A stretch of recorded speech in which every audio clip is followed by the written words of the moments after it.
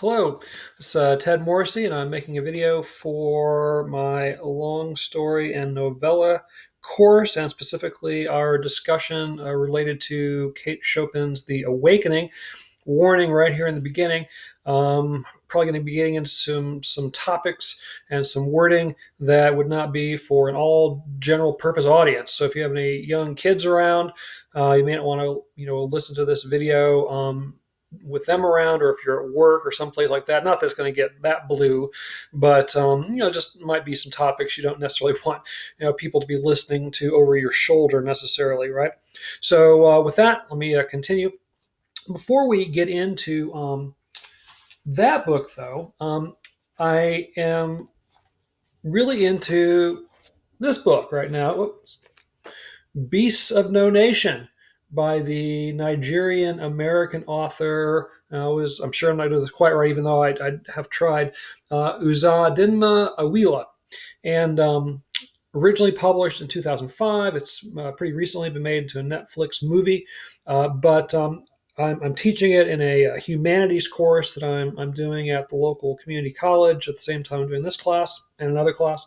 But I wanted to mention it because it's called a novel, but it's pretty short. It's 141, 142 pages. It's diminutive pages. There's a fair amount of white space, and the text is not super small, so it's a fast read. So I think in terms of word count, it definitely is more in the novella range. But I wanted to bring it up partly because it's a great book, and if you haven't read it, you ought to. But this was the author's debut work. He has since published another novel in 2018, but it was his first book, and it was published, even though it was, obviously much, much shorter than the traditional novel would be. And it had just glowing success. You can see on the back of the paperback edition just all the different awards that he won. And this is just a partial list. So very, very well received, both critically and popularly. And as I said, very, very recently made into a Netflix movie, which I have not seen yet, although I plan to see it pretty soon. But a great book. But again, I mainly wanted to bring it up because of the fact that it was a debut work, but yet nevertheless published by a major publisher. I think most of us are operating under the assumption that you have to be an established writer in order for a press to take a chance on publishing a novella, even if they call it a novel. But this is a first book, and he was able to get, a nice publishing contract and get it out there. And it, like I said, very well received both critically and in terms of popularity, right? A bestseller and so forth. So there definitely seems to be a market for this length work, increasingly so. Again, that was 2005. I think it's only become more, possible to break into publishing with a shorter book like this. So anyway, just wanted to share all that with you before we got into The Awakening. So you had a lot of really interesting things to say about The Awakening. I had you focus on symbolism, which isn't normally something I would talk too much about or have students, spend too much time focused on. But I do think that symbolism is especially important in this book. And I think my assumption is that Kate Chopin was very mindful of it, and it wasn't just a sort of unconscious thing that happened. I think she was so well read that her own sense of symbolism, filtered into the text. But more importantly, I think she was obviously writing about some pretty sensitive, even taboo topics for her time period, and knew that she had to write almost a coded kind of language for the book to get published at all. And in spite of the sort of veiled references, although barely so in most cases, there was a pretty severe backlash among her kind of Catholic conservative community, and that ended up being her final book, partly because she unfortunately died shortly thereafter. But she was really taken aback by the reaction from a lot of people, and how negative it was and how much criticism she received sort of as a person because of writing this book. But I want to talk a little bit about the sort of veiled language and maybe offer a somewhat different perspective that I can't swear to being accurate. It's just a reading that I have sort of developed about the text. Of all the books that we're reading this session, this is the one I've probably dove into most deeply. I've taught it for a number of years, a couple of decades, in both my AP high school classroom and in this course. Also, I taught a introduction to women's authors course at another college for a number of years. It was in the adult ed program, so working with somewhat older students, even though it was an undergraduate program. And I would always work the awakening into that course as well. So I really feel like I've spent a lot of time in this text, especially compared to some of the other books that we're looking at together this session. And so, as you know, the backlash that Kate Chopin experienced was because of her suggesting that a woman, her character Edna, may not feel completely fulfilled by being a wife and a mother, and that she may want other things for her life. In the case of Edna, she wants a more artistic kind of life. She wants to be able to express herself creatively, follow her own path, that kind of thing. That was very radical in Kate Chopin's day.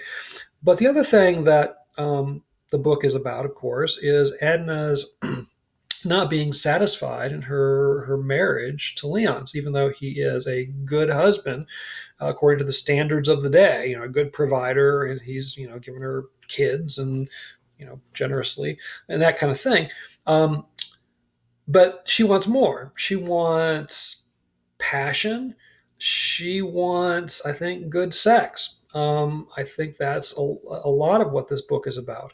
And again, that was very radical in Kate Chopin's day. The idea that a proper woman, particularly a proper religious woman, would want sex and want satisfying sex, and that just isn't something that was talked about then, and so forth. So I think she weaves into the text ways of talking about that are not that overt, although they were overt enough that there was this backlash against the book when it came out. But one of the scenes I think is really key to that whole idea is at the end of chapter 5, and then the little really short chapter or section, Roman numeral 6. And so I just want to kind of read that and then move into kind of a related area, I think.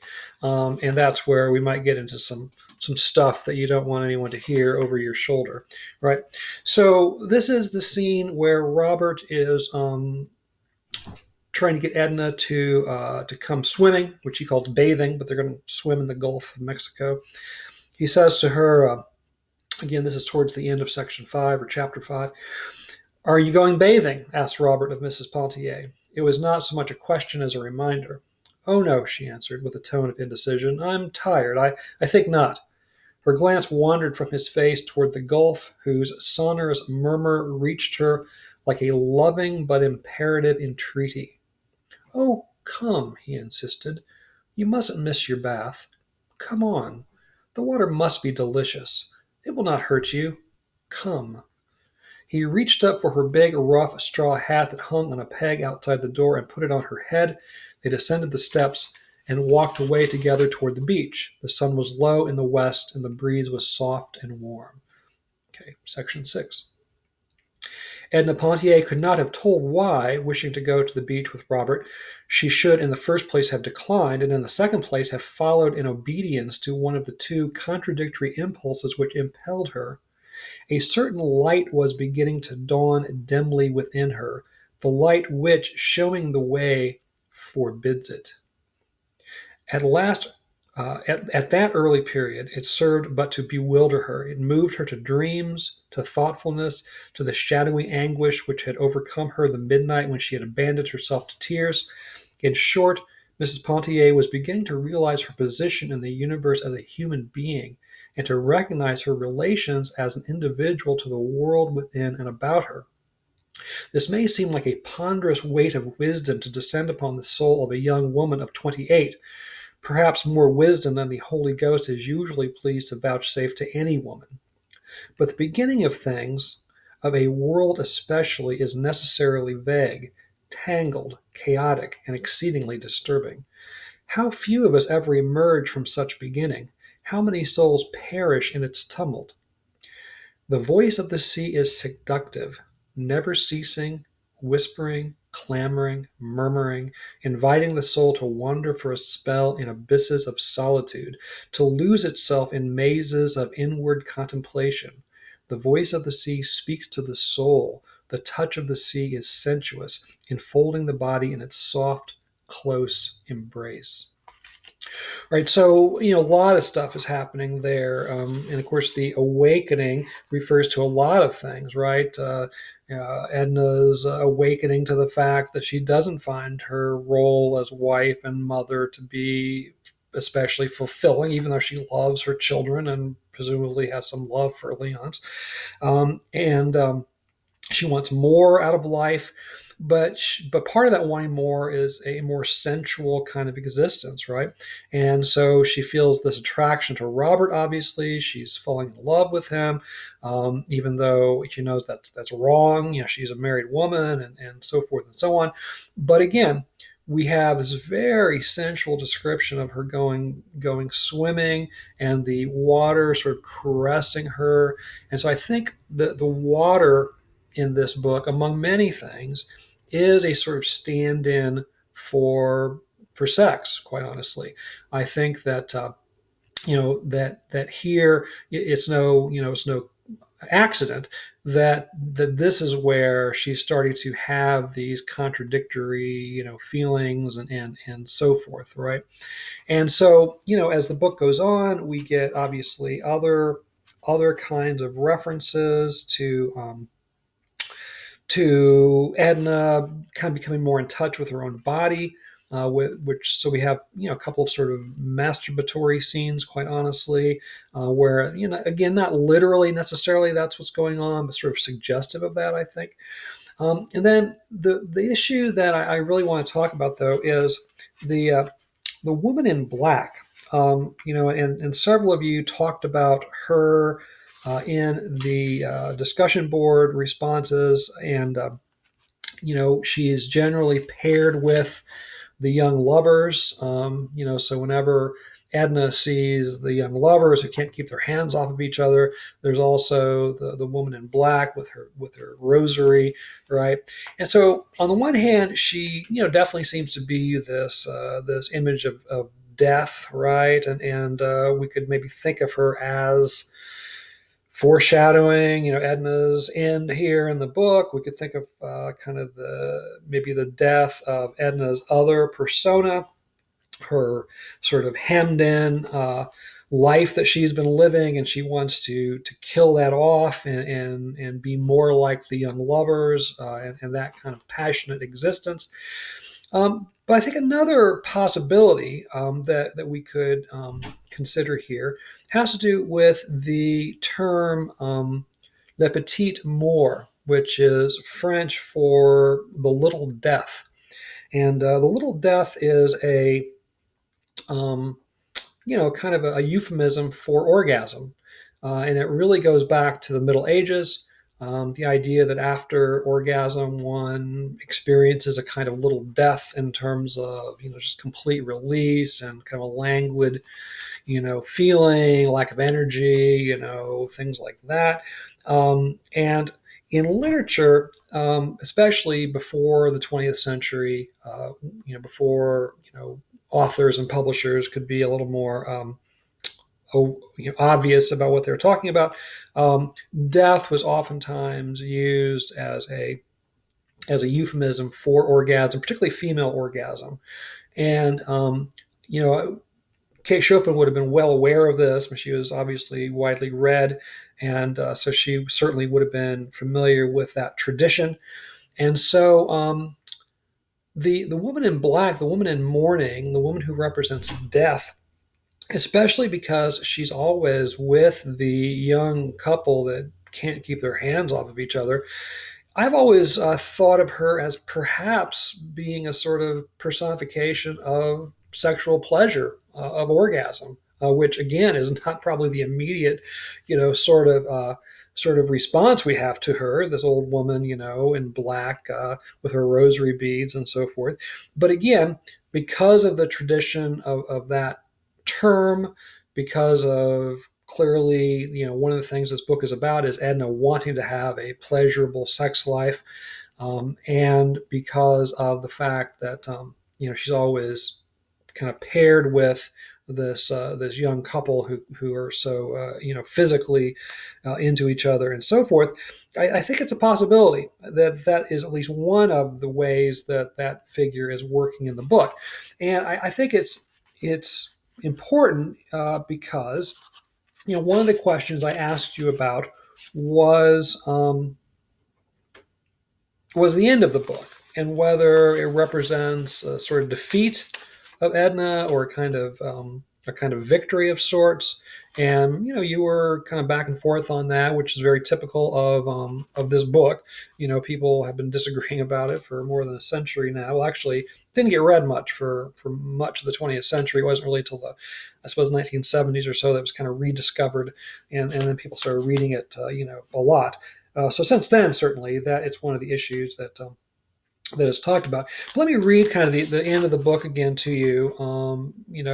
Thinking again of this way of maybe interpreting some of the symbols in the book. So as we know, she's going to the Gulf, right? Excuse me. How strange and awful it seemed to stand naked under the sky. How delicious. She felt like some newborn creature opening its eyes in a familiar world that it had never known. The foamy wavelets curled up to her feet and coiled like serpents about her ankles. She walked out. The water was chill, but she walked on. The water was deep, but she lifted her white body and reached out with a long, sweeping stroke. The touch of the sea is sensuous, enfolding the body in its soft, close embrace. And that last sentence is an echo of that earlier section that I read. She went on and on. She remembered the night she swam far out and recalled the terror that seized her at the fear of being unable to regain the shore. She did not look back now, but went on, thinking of the bluegrass meadow that she had traversed when a little child, believing that it had no beginning and no end. Her arms and legs were growing tired. She thought of Leonce and the children. They were a part of her life, but they need not have thought that they could possess her, body and soul. How Mademoiselle Reisz would have laughed, perhaps sneered, if she knew. And you call yourself an artist. What pretensions, madam! The artist must possess the courage. The artist must possess the courageous soul that dares and defies. Exhaustion was pressing upon and overpowering her. Goodbye, because I love you. He did not know. He did not understand. He would never understand. Perhaps Dr. Mandelet would have understood if she had seen him, but it was too late. The shore was far behind her, and her strength was gone. She looked into the distance, and the old terror flamed up for an instant, then sank again. Edna heard her father's voice and her sister Margaret's. She heard the barking of an old dog that was chained to the sycamore tree. The spurs of the cavalry officer clanged as he walked across the porch. There was the hum of bees, and the musky odor of pinks filled the air. And so I do think that Edna dies. That some people try to argue that it's not clear that's what happens, but I do think so. But if Chopin is playing with the idea of death as euphemism, as metaphor for orgasm, then does that put a different spin, a different color, so to speak, on her suicide at the end of the book? Maybe it casts it in a somewhat different light different tone, different mood, however you want to say it. But anyway, again, I don't know. I mean, I don't have any, hard evidence that Kate Chopin was aware of that particular tradition. But again, it literally had been around since the Middle Ages and was frequently used in literature. So, I find it hard to believe that she had no awareness of the little death and how it was used in literature to talk euphemistically about, sex and specifically having an orgasm and very specifically, oftentimes, female orgasm. So I really believe she was aware of that. So her, having the image of death in the old woman, with her beads, her rosary beads, who's constantly kind of in the vicinity of the young lovers. It seems to me that all is kind of working together in that way. And then, like I said, if so, the end of the book might be seen somewhat differently than what if we aren't, than if we are thinking of death in that particular way. All right. So anyway, I'll stop there. I'd be interested to hear your thoughts on my, my thesis, so to speak, and certainly feel free to disagree because, like I said, I've got no concrete evidence to support it. But I think I could make it. A pretty valid case. I obviously didn't get into all the different textual evidence that I could throw at you to try to make my case. I just kind of picked a few pieces here and there, but I would be curious to hear what you think of it. I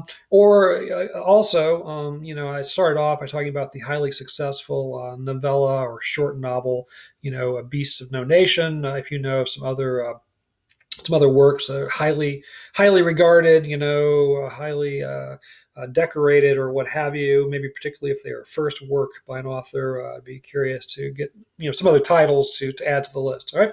So thanks for listening and watching, and I will see you down the road.